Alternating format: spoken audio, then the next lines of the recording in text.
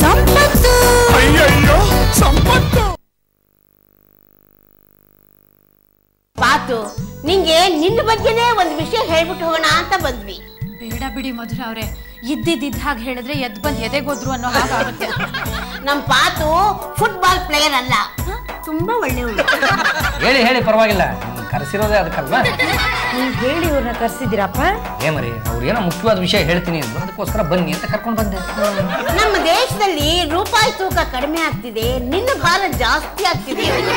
ರೂಪಾಯಿಗೂ ನನಗೂ ಏನ್ ಸಂಬಂಧ? ನೀನು ತೂಕ ಕಡಿಮೆ ಮಾಡ್ಕೋಬೇಕಾಗುತ್ತೆ, ಸ್ವಲ್ಪ ಸಣ್ಣಗಾಗ್ಬೇಕಾಗುತ್ತೆ. ಏನ್ ಮಧುರ ಅವ್ರೆ, ನನ್ ಭಾರ ನಿಮ್ಮೇಲೆ ಇರೋ ತರ ಮಾತಾಡ್ತಿರಲ್ಲ. ಭೂಮಿ ತಾಯಿನೇ ಬಾಯಿ ಮುಚ್ಕೊಂಡಿದ್ದಾಳೆ. ಅವ್ರನ್ನ ನಾವು ದೊಡ್ಡವರು ಅಂತ ಕರಿತೀವಿ, ಸ್ವಲ್ಪ ಗೌರವ. ಸ್ವಲ್ಪ ಸುಮ್ಮನೆ ರೀಪ. ಈಗೇನು ಸುತ್ತಿ ಬಳಸಿ ಅದೇ ವಿಷಯ ತಾನೆ, ನಾನ್ ಸಣ್ಣ ಆಗ್ಬೇಕು. ಇನ್ನು ಊಟದಲ್ಲಿ ಶಿಸ್ತಿರ್ಬೇಕಮ್ಮ. ಅಂದ್ರೆ ಸ್ವಲ್ಪ ಕಡಿಮೆ ತಿನ್ಬೇಕು. ಎಣ್ಣೆ, ಪೆಟ್ರೋಲು, ಡೀಸೆಲ್, ಸೀಮೆ ಎಣ್ಣೆಗಳೆಲ್ಲ ಜಾಸ್ತಿ ಆಗ್ತಾ ಇದೆ. ಅಂದ್ರೆ ಹರಳೆಣ್ಣೆ ವಾರಕ್ಕೊಂದ್ಸಲಿ ಕುಡಿದ್ರೆ ಹೊಟ್ಟೆ ತಂಪಾಗಿರುತ್ತೆ. ಏನ್ ಹೇಳ್ತಾ ಇದ್ದೀರಾ? ಅಯ್ಯೋ, ನಾನ್ ತಮಾಷೆ ಮಾಡ್ತಾ ಇದ್ದೆ. ನೋಡಮ್ಮ ಪಾತು, ಕರೆದಿದ್ದ ಪದಾರ್ಥ, ಸ್ವೀಟ್ಸು ಎಲ್ಲ ಕಡಿಮೆ ತಿನ್ನಮ್ಮ. ಪಾತು, ದಿನಾಲು ಕೈಗಳನ್ನ ಹೀಗೆ ಮಾಡ್ತಾ ಇರ್ಬೇಕು. ಜೊತೆನಲ್ಲಿ ಕಾಲು ಆಡಿದ್ರೆ ಒಳ್ಳೇದಪ್ಪ. ಏನಪ್ಪ ಹಾಗಂದ್ರೆ? ವಾಕಿಂಗು ಜಾಗಿಂಗು ಮಾಡ್ಬೇಕು ಅಂತ. ಯಾವಾಗ್ಲೂ ನಿದ್ದೆ ಮಾಡ್ತಾ ಇರೋ. ಯಾವಾಗ್ಲೂ ನಿದ್ದೆ ಮಾಡಬಾರ್ದು, ಕಡಿಮೆ ನಿದ್ದೆ ಮಾಡ್ಬೇಕು ಅಂತ ಹೇಳಿದೆ. ಏನಪ್ಪ ಇವ್ರು ಹೇಳ್ತಿರೋದೆಲ್ಲ ನಿಮ್ಗೆ ಅರ್ಥ ಆಗ್ತಿದ್ಯಾ? ನನಗೂ ಇಷ್ಟು ದಿವಸ ಅರ್ಥ ಆಗಿರ್ಲಿಲ್ಲ ಮರಿ, ಈಗೀಗ ಸ್ವಲ್ಪ ಅರ್ಥ ಆಗ್ತಾ ಇದೆ. ಅದು ಈಗ ಶ್ರಾವಣ ಮಾಸ, ಹಬ್ಬದ ಸೀಸನ್ನು, ಹೆಚ್ಚಿಗೆ ಸಿಹಿ ತಿಂಡಿಗಳನ್ನ ಮಾಡ್ಕೊಂಡು ತಿನ್ನಕ್ ಹೋಗ್ಬೇಡಮ್ಮ. ರಸ್ತೆಯಲ್ಲಿ ನೀವಿಬ್ರು ಗಂಡ ಹೆಂಡತಿ ಹೋಗ್ತಾ ಇದ್ರೆ 10ನೇ ನಂಬರ್ ನೋಡಿದಾಗ ಆಗ್ಬಾರ್ದಮ್ಮ. 10ನೇ ನಂಬರ್ ಅಂದ್ರೇನು? ಸಂಪತ್ತು 1ನೇ ನಂಬರ್ ತರ ಸಣ್ಣಗಿದ್ದಾನೆ, ನೀನು ಪಕ್ಕದಲ್ಲಿ 0 ತರ ದಪ್ಪಗಿದ್ದೀಯ. ಏನು ಇವತ್ ನನ್ನ ಚೆನ್ನಾಗಿ ಬೈದು ಹಂಗ್ಸೆ ಹೋಗ್ಬಿಡ್ಬೇಕು ಅಂತ ಬಂದಿದ್ದೀರಾ? ಇರೋ ವಿಚಾರ ಹೇಳಿದೀವಮ್ಮ, ತಪ್ಪು ತಿಳ್ಕೊಬೇಡ. ಸಂಪತ್ತು, ಎಲ್ಲ ಹೇಳಿದೀವಲ್ವೇನಪ್ಪ. ನಡೀರಿ ಮಧುರ ಅವ್ರೆ, ಬೇರೆಯವ್ರ ಮನೆ ವಿಷಯ ನಮ್ಗೆ ಯಾಕೆ?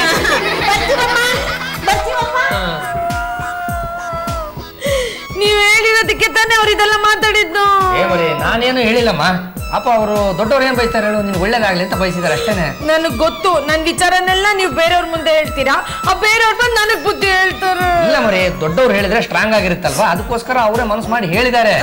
ಮರಿ, ನಾನ್ ತಾನೇ ಇನ್ನೇನಮ್ಮ ಬಯಸ್ತೀನಿ, ನೀನ್ ಸ್ವಲ್ಪ ಕಡಿಮೆ ಊಟ ಮಾಡು, ಸಣ್ಣ ಆಗು, ಸಾಧ್ಯ ಆದ್ರೆ ವಾರದಲ್ಲಿ ಒಂದ್ ದಿವಸ ಉಪವಾಸ ಮಾಡು. ಈಗೇನಪ್ಪ, ನಾನ್ ಕಮ್ಮಿ ತಿಂದು ಸಣ್ಣ ಆಗ್ಬೇಕು ತಾನೆ? ಆಯ್ತು ಬಿಡಿ, ಇವತ್ತಿಂದಾನೆ ನಾನು 1 ಲೋಟ ನೀರು ಕುಡಿದೇ ಉಪವಾಸ ಮಾಡ್ತೀನಿ. ಓಹೋ, ಏನಕ್ಕ ಮನೆ ಮುಂದೆ ಉಪವಾಸದ ಬೋರ್ಡ್ ಹಾಕೊಂಡು ಕೂತ್ಬಿಟ್ಟಿದ್ಯಾ?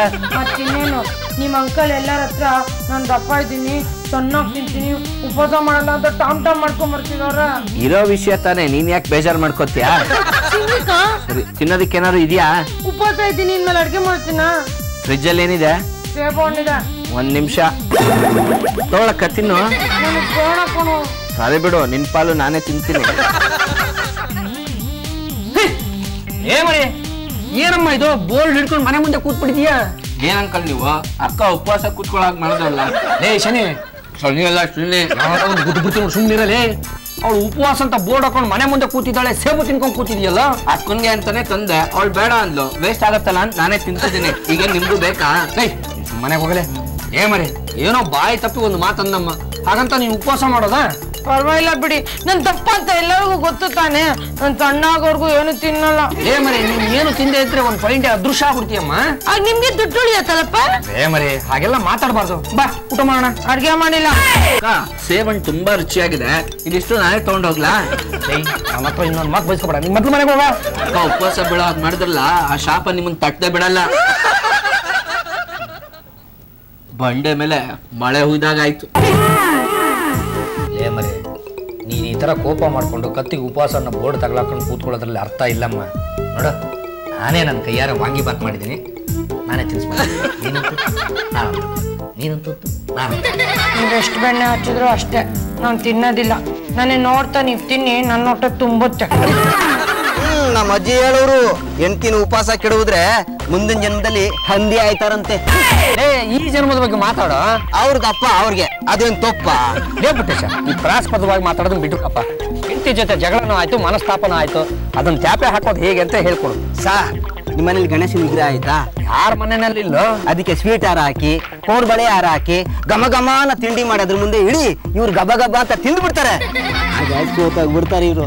ಪುಟ್ಟೇಶ, ಐಡಿಯಾ ಬೊಮ್ಮಟಾಗಿದೆ ಕಣ. ಆದ್ರೆ ಈ ಉಪಾಯ ಅಕ್ಕವ್ರಿಗೆ ಗೊತ್ತಾದ್ರೆ ಅಪಾಯ. ಈ ಪ್ರಾಸ್ಬದ್ಧವಾದ ಮಾತನ್ ಬಿಡು. ಈಗ ಒಂದು 200 ರೂಪಾಯಿ ಇದ್ರೆ ಕೊಟ್ಟಿರೋ. ಯಾಕೆ? ನೀನ್ ಹೇಳಿರೋ ಹಾರನ್ನೆಲ್ಲ ತರ್ಬೇಕಲ್ಲ.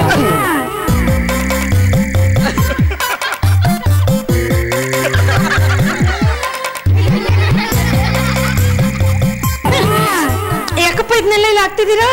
ಮರಿ ಇಷ್ಟೆಲ್ಲ ಮಾಡ್ತಾ ಇರೋದು ನಿನಗೋಸ್ಕರ ಅಮ್ಮ. ನಿನಗೆ ಒಳ್ಳೇದಾಗಬೇಕು, ನೀನು ಕೈಗೊಂಡಿರೋ ಉಪವಾಸ ನಿಲ್ಲಿಸ್ಬೇಕು ಅಂತ. ನೋಡಿಪ್ಪ, ನಾನು ಸಣ್ಣ ಆಗೋರ್ಗು ನಾನೇನು ತಿನ್ನಲ್ಲ ಅಂತ ಗಣಪತಿಗೂ ಗೊತ್ತು. ಮರಿ, ನಾನು ಹೀಗೆ ಹೇಳ್ತೀನಿ ಅಂತ ಬೇಜಾರು ಮಾಡ್ಕೋಬೇಡಮ್ಮ. ನೀನು ಮತ್ತು ಗಣಪತಿ ಯಾವತ್ತಾದ್ರೂ ಸಣ್ಣ ಆಗೋದುಂಟೆ?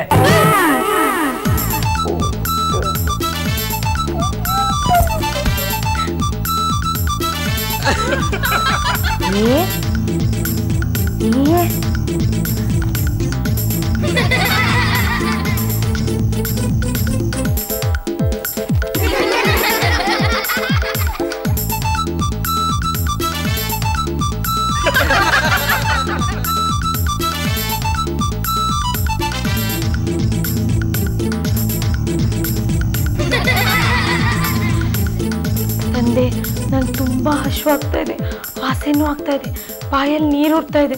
ಒಂದೇ ಒಂದು ಜಾಂಗೀರು, ಒಂದೇ ಒಂದು ಕೋಡ್ಬೇಳೆ ತಗೊಳ್ಳ. ಮತ್ತೆ ಪ್ರಸಾದವನ್ನು ಸ್ವೀಕರಿಸು. ನೀವ್ ಹೇಳಿದ್ಮೇಲೆ ನಾನು ಸ್ವೀಕರಿಸ್ತಾ ಇರ್ತೀನ.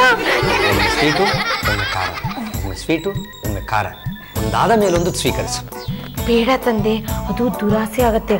ನಮ್ಮ ಯಜಮಾನ್ರಿಗೂ ಗೊತ್ತಾಗೋಗುತ್ತಲ್ವಾ, ಅದಕ್ಕೆ ಒಂದೊಂದೇ ಸಾಕು. ತುಂಬಾ ಥ್ಯಾಂಕ್ಸ್.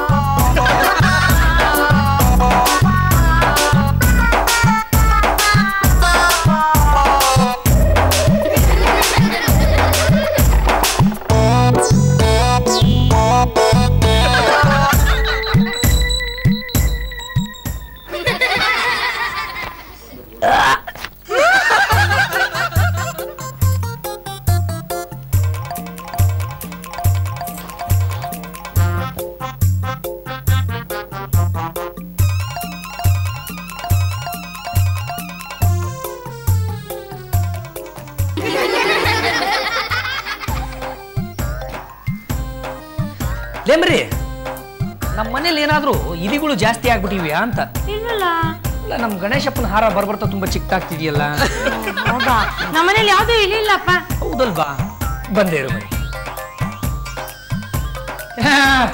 ಎಲ್ಲ ಸರಿಯಾಗೇ ಇದೆ ಬಿಡು ಮರಿ. ಅಲ್ಲಿಗೆ ನೀನ್ ತಿಂದಿಲ್ಲ ಅಂತ ಆಯ್ತು. ಏನಪ್ಪ, ನನ್ ಮೇಲೆ ಅನ್ಮನನ? ಇಲ್ಲ ಮರಿ, ಸರಿಯಾಗಿದೆ ಅಂತ ಹೇಳ್ತಾ ಇದ್ದೀನಲ್ಲ. ನೋಡೋ, ನನ್ಗೆ ಆಫೀಸಿಗೆ ಟೈಮ್ ಆಯ್ತು, ನಾನು ಬರ್ತೀನಿ. ಮರಿ, ನೀನು ಆದಷ್ಟು ಬೇಗ ಉಪವಾಸನ. ನೀವು ಹೋಗಿಪ್ಪ. ತಂದೆ, ನಾನೊಂದು ತಿಂದಿದ್ರು ಅದೇ ಲೆಕ್ಕ ಬರೋ ತರ ಮಾಡ್ದಿಲ್ಲ. ನೀನು ಪವಾಡ ಪುರುಷ. ಅಕ್ಕ, ಏನಕ್ಕ ಇದು? ಕೋಡ್ಬಳೆ ಜಹಂಗೀರ್ ಹಾರ? ಅಯ್ಯೋ, ನಿಮ್ಮ ಅಂಕಲ್ ತಂದು ಹಾಕಿರೋದು ಕಣೋ, ತುಂಬಾ ರುಚಿಯಾಗಿದೆ. ನಿನಗೆ ಗೊತ್ತು? ರಾತ್ರಿ ಪ್ರಸಾದ ಅಂತ ನುಂಗ್ಬಿಟ್ಟೆ. Very good. ಅಲ್ಲಕ್ಕ, ಈ ದಾರದಲ್ಲಿ ಪೋಣಿಸಿರೋದನ್ನ ನೀನು ಹೇಗೆ ತಿಂದೆ? ತೋರಿಸ್ತೀನಿ ತಡಿ. ತಗೊಂಡೆ, ತಿಂದೆ. ಅಕ್ಕ, ನಾನು ತಿನ್ಲಾ?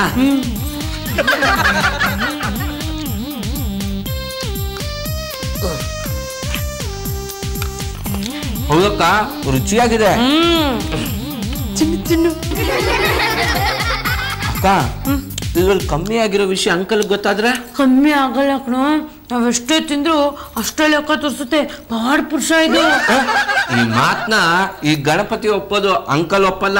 ಸುಮ್ನಿರಪ್ಪ, ನಿನ್ನೆ ನಾನು ತಿಂದಾಗ್ಲೂ ಬೆಳಿಗ್ಗೆ ಅದೇ ಲೆಕ್ಕ ತೋರಿಸ್ತು. ಅಂತ ಪವಾಡ ಪುರುಷ. ನಿಮ್ಮ ಅಂಕಲ್ ಕಣ್ಗೂ ಮಣ್ಣೆರ್ಚಿದ.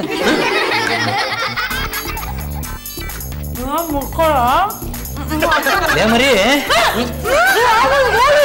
ಅದು ನಿನ್ನೆ ನಾನು ನಿನಗೊಂದು ಸೀರೆ ತಗೊಂಡಿದ್ದೆ, ಕೊಡಕ್ ಮರ್ತ್ಬಿಟ್ಟಿದ್ದೆ. ಕೊಡೋಣ ಅಂತ ಬಂದಮ್ಮ. ಅಯ್ಯೋ ಎಷ್ಟು ಚೆನ್ನಾಗಿದೆ ನೋಡು. ಆ ಜಾಂಗೀರು ಕೊಡ್ಬೇಳೆ ಅವು ಚೆನ್ನಾಗಿದ್ವಲ್ವಾ? ಗೊತ್ತಾಗುತ್ತು. ನಿಮ್ಗೆ ಹೇಗಪ್ಪ ಗೊತ್ತದು? ಏ ಮರಿ ನಿನ್ನೆ ರಾತ್ರಿ ನೀನ್ ನುಂಗ್ತಾ ಇದ್ದಾಗ ಭಕ್ತೆ ಅಂದಿದ್ ನಾನೇ. ನಾನು ಹೇಳಿಲ್ವಾಕ ಅಂಕಲ್ ನಂಬಲ್ಲ ಅಂತ. ಟಕ್ಕ ಟಿಕ್ ಇಬ್ರು ಸರಿಯಾಗಿದೆಯಾ? ಲೇ ನಿಮ್ ಮನೆಗೆ ಹೋಗಲೆ. ಏ ಮರಿ ನೀನ್ ಕೋಡ್ಬಳೆ ನುಂಗಿದ್ದು ಆಯ್ತು, ನಾನು ಸೀರೆ ತಂದಿದ್ದು ಆಯ್ತು, ಮತ್ತೆ ಯಾಕಮ್ಮ ವಾಪಸ್ಸುತ್ತೆ? ಉಪವಾಸ ಅಂತ ಹೇಳಿ ಪ್ರಸಾದ ತಿಂದು ನಿಮಗ್ ಮೋಸ ಮಾಡ್ಬಿಟ್ಟೆ.